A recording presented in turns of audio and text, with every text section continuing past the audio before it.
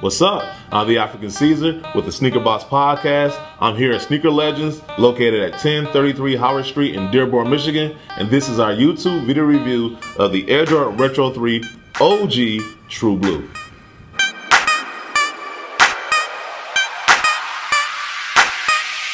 The Air Jordan 3 first released in 1988 and is the first Air Jordan designed by Tinker Hatfield. Tinker at the time was a little-known designer and architect, and he was working with Nike. He won a contest, actually. I think it was to design the next running shoe, which ended up being the Air Max 1 or the Air Max 90, and that's how he became a designer. Anyway, at the time, Michael Jordan, his contract was about up. Rob Strasser and Peter Moore, the people that got Michael Jordan there in the first place, and who had Peter Moore, who designed the Air Jordan 1, had both left, had started their own company, and they were trying to woo Michael to join their brand. So they needed Tinker to hit the ball out of the park, and that's why a lot of people consider this shoe, the Air Jordan 3, to literally be the shoe that saved Nike. Because once Michael saw this, it was a wrap. What Tinker did, I guess, differently than what most designers at the time was, he took input from Michael Jordan. He knew Michael was in the style, he knew he was in the fashion, Italian leather, whatnot. So that's why he incorporated the elephant print, the leather, and most of all, the Air Jordan 3 is the first Air Jordan that had the Jumpman logo.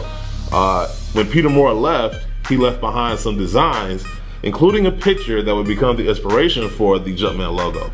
And so Tinker added that to the toe, and he put Nike Air on the back to symbolize that Michael Jordan was going to be the reason that the company moved forward.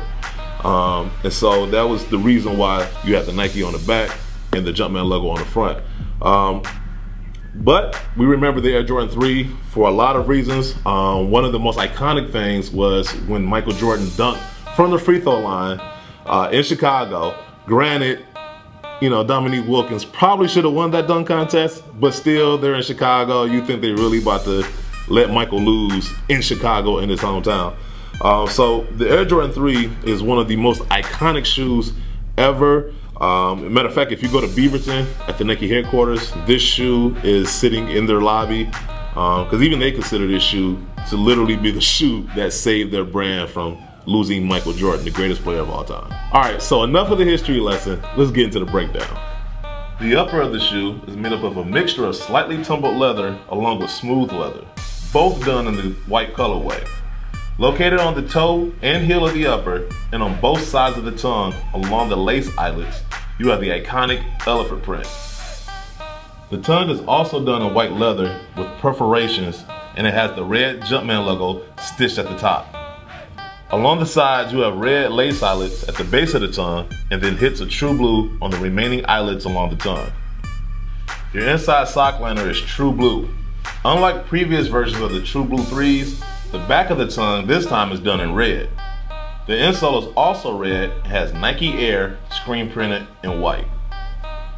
The back heel of the upper, you have the iconic Air Jordan 3 pull tab done in white. This time, it comes with Nike Air branding done in true blue. Moving on to the midsole, it is a combination of true blue and white. You also have the visible Nike Air unit underneath the heel for cushion and support.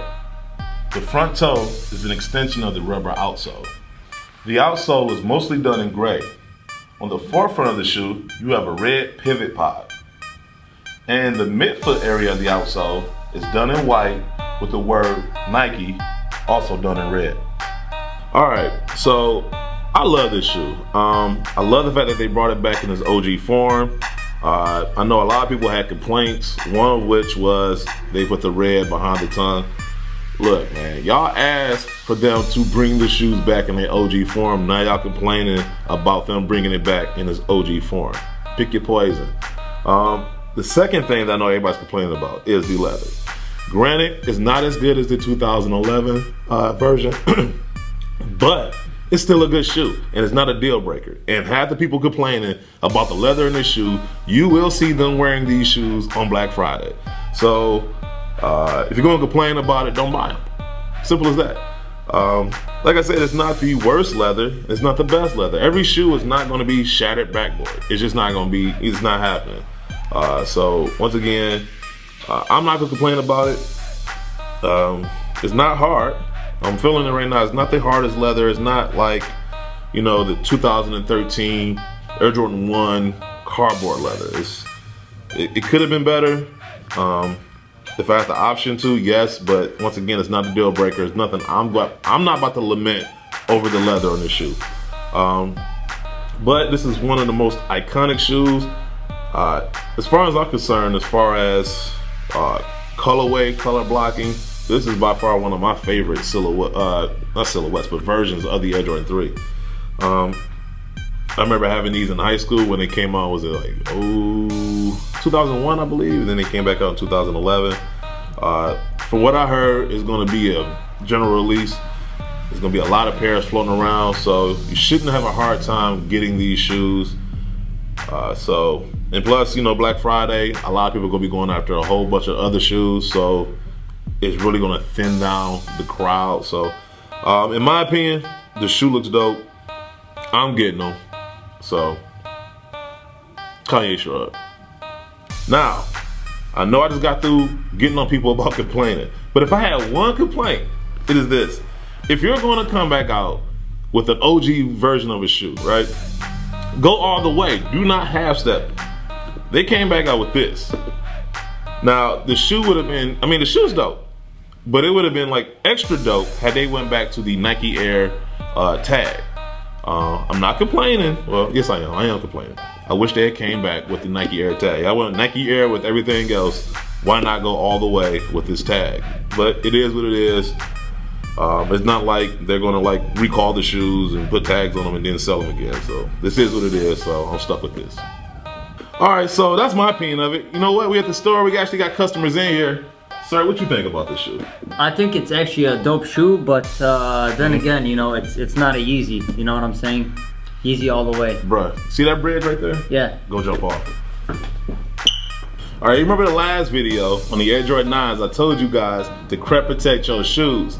These cost more than the Air Jordan 9s. Those are $190. These are $220.